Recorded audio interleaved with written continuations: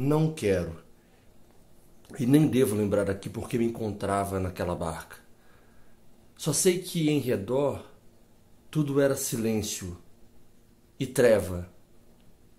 E que me sentia bem naquela solidão. Naquela embarcação desconfortável, tosca. Apenas 4 passageiros. Uma lanterna nos iluminava com sua luz vacilante. Um velho, uma mulher com uma criança e eu. O velho, um bêbado, esfarrapado, deitara-se de comprido num banco, dirigira palavras amenas a um vizinho invisível e agora dormia. A mulher estava sentada entre nós, com a criança nos braços, toda envolta em panos. Era uma mulher jovem e pálida, mas o longo manto negro que cobria-lhe a cabeça dava-lhe aspecto de uma figura antiga. Pensei em falar-lhe assim que entrei na barca, mas já devíamos estar quase no fim da viagem e até aquele instante não me ocorrera dizer-lhe qualquer palavra. Nem combinava com aquela barca tão despojada, tão desprovida de artifícios, a ociosidade de um diálogo. Estávamos sós, e o melhor mesmo era não fazer nada, não dizer nada, apenas olhar o sulco negro que a embarcação ia fazendo no rio. Debrucei-me na grade, acendi um cigarro. Ali estávamos, os 4, silenciosos, como mortos, num antigo barco de mortos deslizando pela escuridão. Contudo, estávamos vivos e era Natal. A caixa de fósforo resvalou-me das mãos e quase caiu no rio. Agachei-me para apanhá-la. E ao sentir os respingos d'água em meu rosto, inclinei-me ainda mais até encostar as pontas dos dedos na água. Tão gelada, estranhei enxugando a mão. Mas de manhã é quente. Voltei-me para a mulher, que ninava a criança e me observava com um meio sorriso. Sentei-me no banco ao seu lado. Tinha belos olhos claros, extraordinariamente brilhantes. Notei que suas roupas pobres, roupas puídas, tinham muito caráter e uma certa dignidade. De manhã esse rio é quente, insistiu ela me encarando. Quente? Quente e verde. Tão verde que a primeira vez que lavei uma peça de roupa nele, pensei que a roupa fosse sair toda esverdeada. É a primeira vez que o senhor vem por essas bandas? Desviei o olhar para o chão de largas tábuas gastas e respondi com uma outra pergunta. Mas a senhora mora aqui perto? Em Lucena. Já tomei essa barca não sei quantas vezes, mas não imaginava que justamente hoje, nesse instante, a criança agitou-se, choramingando. A mulher então apertou-a contra o peito, cobriu-lhe a cabeça com um chale e pôs-se a niná-la num brando movimento de cadeira de balanço. As mãos exaltadas destacavam-se sobre o pano preto. No entanto, o rosto era sereno. Seu filho? É. Está doente. Vou levar ao especialista. O farmacêutico de Lucena disse que eu devia procurar um médico hoje mesmo. Até ontem ele estava bem, mas piorou de repente. Uma febre, só febre. Mas Deus não vai me abandonar. É o caçula? A mulher então me olhou com energia. O queixo agudo era altivo, mas o olhar era doce. É o único. O meu primeiro morreu o ano passado. Estava brincando de mágico, subi em cima do muro. De repente disse, vou voar. E atirou-se. A queda não foi grande, o muro não era alto, mas caiu de tal jeito. Tinha um pouco mais de 4 anos. Atirei o cigarro na direção do rio. Mas o toco bateu na grade e voltou rolando aceso pelo chão. Alcancei-o com a ponta do sapato e fiquei a esfregá-lo devagar. Era preciso desviar a atenção para aquele filho que estava ali, doente, embora mais vivo. E esse? Quantos anos tem? Vai fazer 1 ano. E no outro tom, inclinando a cabeça para o ombro, continuou. Era um menino tão bom, tão alegre. Tinha verdadeira mania por mágica. Claro que não saía nada, mas era muito engraçado. Só a última mágica que ele fez foi perfeita. Abriu os braços e disse: vou voar. E voou. Levantei-me.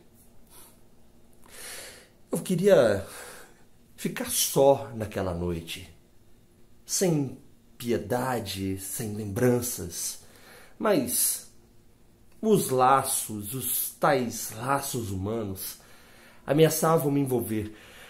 Havia conseguido ficar longe deles até aquele instante, mas agora não tinha mais forças. Seu marido está te esperando? Meu marido me abandonou. Sentei-me. E tive vontade de rir. Incrível. Foi um absurdo fazer a primeira pergunta, porque agora eu não podia mais parar. Aquele sistema dos vasos comunicantes. Faz tempo que seu marido... Faz uns 6 meses. Vivíamos tão bem, mas tão bem. Foi quando por acaso ele encontrou essa antiga namorada. Falou comigo sobre ela num tom de brincadeira. A Bila enfeiou. Sabe que de nós dois, fui eu que acabou ficando mais bonito? E não tocou mais no assunto. Uma manhã, ele acordou como toda manhã, tomou café, leu o jornal, brincou com a criança e saiu para trabalhar. Ainda fez assim, ó. Mas eu estava lavando louça e ele se despediu de mim pela grade da porta. Lembro que eu quis abrir a porta porque não gosto de ver ninguém falando comigo com aquela grade no meio. Mas eu estava com a mão molhada. Recebi a carta de tardinha. Ele mandou uma carta. Fui morar com a minha mãe numa casa que alugamos perto da minha escolinha. Sou professora. Comecei a olhar as nuvens tumultuadas que corriam na mesma direção do rio. Ela ia narrando as sucessivas desgraças da sua vida com tamanha calma, como quem narra fatos sem realmente ter participado deles. E ali, como se não bastasse a pobreza que se espiava pelo remendo na sua roupa, perdera o filhinho, o marido, e vira pairar uma sombra sobre o segundo filho que estava a ninar ali no colo. E, no entanto, estava ali sem revolta, calma. Apatia? Não. Não podiam ser de uma apática aqueles olhos vivíssimos, aquelas mãos enérgicas. Inconsciência. Sei que uma irritação me fez andar. A senhora é conformada. Conformada não, moço. Tenho fé. Deus nunca me abandonou. Deus? O senhor não acredita em Deus? Acredito. E ao escutar o som débil da minha afirmativa, sem saber por que perturbei-me, aí estava o segredo. Essa tranquilidade, essa segurança era a tal fé que remove montanhas. E então ela passou a criança do ombro direito para o ombro esquerdo e começou a falar com voz quente de emoção. Foi logo depois da morte do meu menino. Acordei uma noite tão desesperada. Enfiei o casaco e saí descalça pela rua chorando afora, feito louca. chamando por ele. Sentei num banco do jardim, onde todas as tardes ele ia brincar. E fiquei pedindo com tamanha força que ele, que gostava tanto de fazer mágicas, que fizesse essa mágica de me aparecer só mais uma vez. Não precisava ficar, só me aparecesse um instante, só mais uma vez, só mais uma. Quando minhas lágrimas acabaram, encostei minha cabeça no banco e não sei como dormi. E aí eu sonhei. E no sonho, Deus me apareceu. Quer dizer, senti que ele pegava a minha mão com sua mão de luz. E aí eu pude ver o meu menino brincando com o menino Jesus nos jardins do paraíso. Quando ele me viu, ele parou de brincar e veio correndo ao meu encontro rindo e me beijou tanto. E era tamanha a sua alegria que acordei rindo também, com o sol batendo em mim. Fiquei sem saber o que dizer. Esbocei um gesto, em seguida, apenas para fazer alguma coisa, levantei o xale que cobria a cabeça do menino. Deixei o xale cair e voltei-me para o rio. O menino estava morto. Entrelacei as mãos para dominar o tremor que me sacudiu. O menino estava morto. A mãe continuava a niná-lo, apertando contra o peito, mas ele estava morto. Debrucei-me na grade. Respirei penosamente, era como se estivesse mergulhado até o pescoço naquela água. Senti que a mulher se agitou atrás de mim. Estamos chegando. Peguei minha pasta rapidamente. O importante era sair dali, fugir antes que ela descobrisse, correr para longe daquele horror. Mas diminuindo a marcha, a barca fazia uma longa curva até atracar.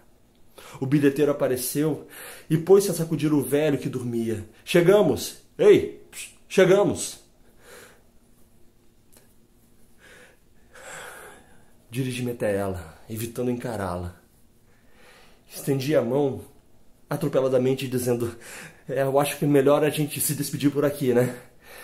Mas ela pareceu não entender o meu gesto e então fez um movimento como se fosse apanhar a sacola. Decidi ajudá-la, mas ao invés de apanhar a sacola, antes que eu pudesse evitar, ela levantou o xale que cobria a cabeça do filho. Olha, o dorminhoco acordou e já deve estar sem nenhuma febre. Acordou? Veja, disse ela sorrindo. Inclinei-me. A criança abrira os olhos. Aqueles olhos que eu vira cerrados tão definitivamente. E bocejava, esfregava as mãozinhas na face corada. Fiquei ali sem saber o que dizer. Então, bom Natal, disse ela, enfiando a sacola no braço. E sob o manto de pontas cruzadas e atiradas para trás, o rosto dela resplandecia. Apertei-lhe a mão vigorosa e acompanhei-a com o olhar até que ela desapareceu na noite. Conduzido pelo bilheteiro, o velho passou por mim, retomando seu afetuoso diálogo com um vizinho invisível. Fui o último a sair da barca. Por 2 vezes ainda voltei-me para o rio e pude imaginá-lo. Como que seria de manhã bem cedinho, verde e quente. Verde e quente. Esse texto chama-se Natal na Barca, é de Lígia Fagundes Telles. O meu nome é Fernando Soledade, eu sou de Serra, Espírito Santo. E é um prazer mais uma vez participar do canal do Encontrão Capixaba de Contadores de Histórias. Um abraço para vocês e um bom Natal.